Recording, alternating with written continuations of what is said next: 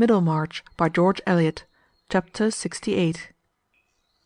What suit of grace hath virtue to put on, if vice shall wear us good, and do us well?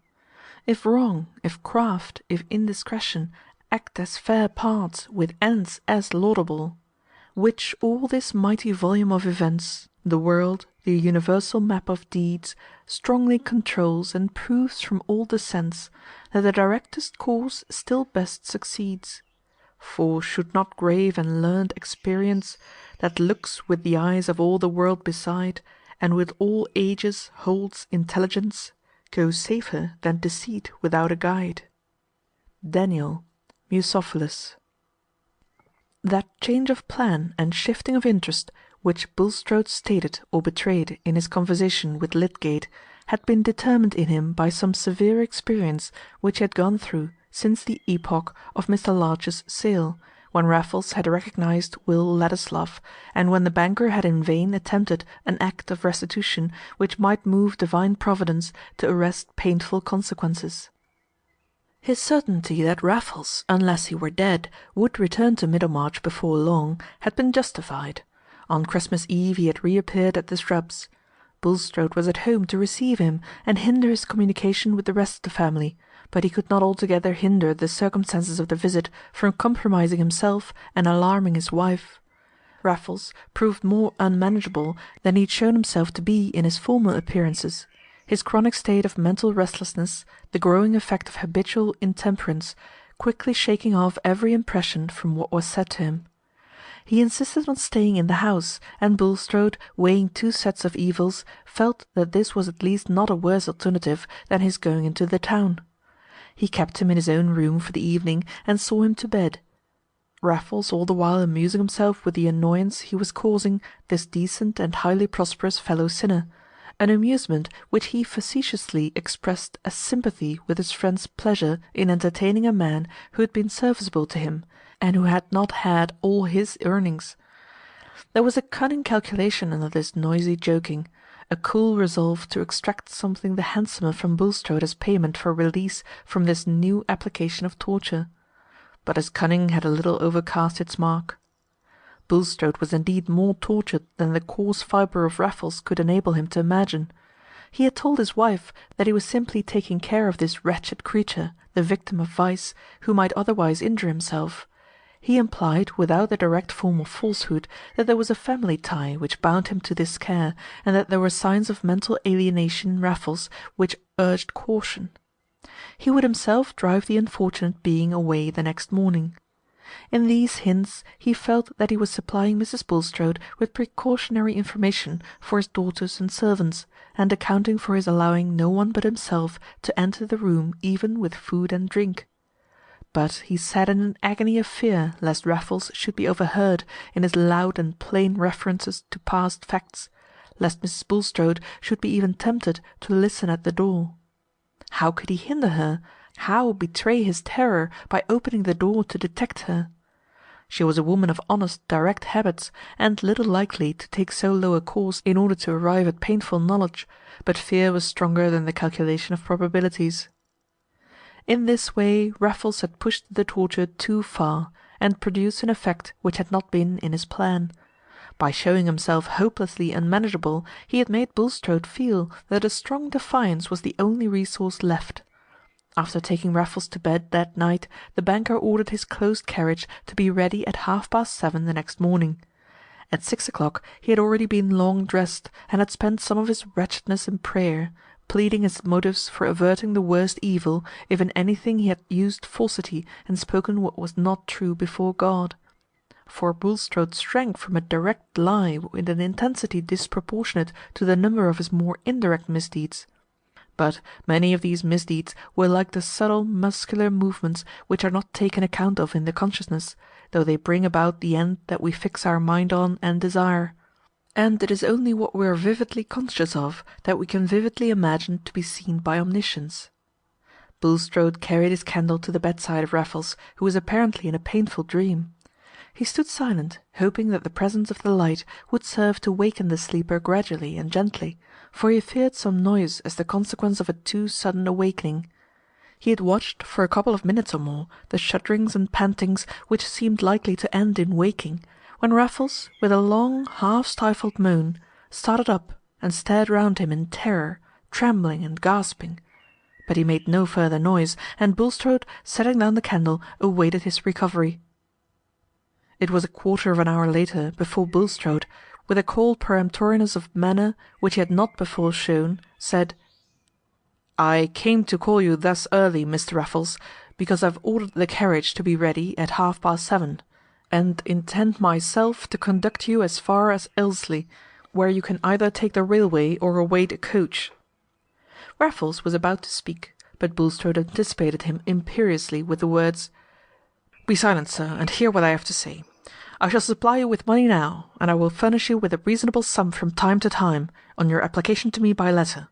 But if you choose to present yourself here again, if you return to Middlemarch, or if you use your tongue in a manner injurious to me, you'll have to live on such fruits as your malice can bring you, without help from me. Nobody will pay you well for blasting my name. I know the worst you can do against me, and I shall brave it if you dare to thrust yourself upon me again. Get up, sir, and do as I order you, without noise, or I will send for a policeman to take you off my premises. And you may carry your stories into every pothouse in the town, but you shall have no sixpence from me to pay your expenses there." Bulstrode had rarely in his life spoken with such nervous energy. He had been deliberating on this speech and its probable effects through a large part of the night, and though he did not trust to its ultimately saving him from any return of Raffles, he had concluded that it was the best throw he could make. It succeeded in enforcing submission from the jaded man this morning. His empoisoned system at this moment quailed before Bulstrode's cold, resolute bearing, and he was taken off quietly in the carriage before the family breakfast time. The servants imagined him to be a poor relation, and were not surprised that a strict man like their master, who held his head high in the world, should be ashamed of such a cousin, and want to get rid of him. The banker's drive of 10 miles with his hated companion was a dreary beginning of the Christmas day, but at the end of the drive Raffles had recovered his spirits, and parted in a contentment for which there was the good reason that the banker had given him £100. Various motives urged Bulstrode to this open-handedness, but he did not himself inquire closely into all of them. As he had stood watching Raffles in his uneasy sleep, it had certainly entered his mind that the man had been much shattered since the first gift of £200. He had taken care to repeat the incisive statement of his resolve not to be played on any more, and had tried to penetrate Raffles with the fact that he had shown the risks of bribing him to be quite equal to the risks of defying him. But when, freed from his repulsive presence, Bulstrode returned to his quiet home, he brought with him no confidence that he had secured more than a respite. It was as if he had had a loathsome dream, and could not shake off its images with their hateful kindred of sensations, as if on all the pleasant surroundings of his life a dangerous reptile had left his slimy traces. Who can know how much of his most inward life is made up of the thoughts he believes other men to have about him, until that fabric of opinion is threatened with ruin? Bulstrode was only the more conscious that there was a deposit of uneasy presentiment in his wife's mind, because she carefully avoided any allusion to it. He had been used every day to taste the flavour of supremacy and the tribute of complete deference, and the certainty that he was watched or measured with a hidden suspicion of his having some discreditable secret made his voice totter when he was speaking to edification. Foreseeing, to men of Bulstrode's anxious temperament, is often worse than seeing, and his imagination continually heightened the anguish of an imminent disgrace. Yes, imminent, for if his defiance of Raffles did not keep the man away, and though he prayed for this result, he hardly hoped for it, the disgrace was certain. In vain he said to himself that, if permitted, it would be a divine visitation, a chastisement, a preparation. He recoiled from the imagined burning, and he judged that it must be more for the divine glory that he should escape dishonour. That recoil had at last urged him to make preparations for quitting Middlemarch. If evil truth must be reported of him, he would then be at a less scorching distance from the contempt of his old neighbours, and in a new scene where his life would not have gathered the same wide sensibility, the tormentor, if he pursued him, would be less formidable. To leave the place finally would, he knew, be extremely painful to his wife, and on other grounds he would have preferred to stay where he had struck root. Hence he made his preparations at first in a conditional way, wishing to leave on all sides an opening for his return after brief absence, if any favourable intervention of Providence should dissipate his fears. He was preparing to transfer his management of the bank, and to give up any active control of other commercial affairs in the neighbourhood, on the ground of his failing health, but without excluding his future resumption of such work. The measure would cause him some added expense and some diminution of income beyond what he had already undergone from the general depression of trade, and the hospital presented itself as a principal object of outlay on which he could fairly economize. This was the experience which had determined his conversation with Lydgate. But at this time his arrangements had most of them gone no farther than a stage at which he could recall them if they proved to be unnecessary. He continually deferred the final steps, in the midst of his fears, like many a man who is in danger of shipwreck or of being dashed from his carriage by runaway horses. He had a clinging impression that something would happen to hinder the worst, and that to spoil his life by a late transplantation might be over-hasty, especially since it was difficult to account satisfactorily to his wife for the project of their indefinite exile from the only place where she would like to live. Among the affairs Bulstrode had to care for was the management of the farm at Stone Court in case of his absence, and on this as well as on all other matters connected with any houses and land he possessed in or about Middlemarch, he had consulted Caleb Garth. Like everyone else who had business of that sort, he wanted to get the agent who was more anxious for his employer's interests than his own. With regard to Stone Court, since Bulstrode wished to retain his hold on the stock, and to have an arrangement by which he himself could, if he chose, resume his favourite recreation of superintendence, Caleb had advised him not to trust to a mere bailiff, but to let the land, stock, and implements yearly, and take a proportionate share of the proceeds. "May I trust to you to find me a tenant on these terms, Mr. Garth?" said Bulstrode. "And will you mention to me the yearly sum which would repay you for managing these affairs which we have discussed together?" "I'll think about it," said Caleb, in his blunt way. "I'll see how I can make it out." If it had not been that he had to consider Fred Vincy's future, Mr. Garth would not probably have been glad of any addition to his work, of which his wife was always fearing an excess for him as he grew older. But on quitting Bulstrode after that conversation, a very alluring idea occurred to him about this said letting of Stone Court. What if Bulstrode would agree to his placing Fred Vincy there, on the understanding that he, Caleb Garth, should be responsible for the management? It would be an excellent schooling for Fred. He might make a modest income there, and still have time left to get knowledge by helping in other business.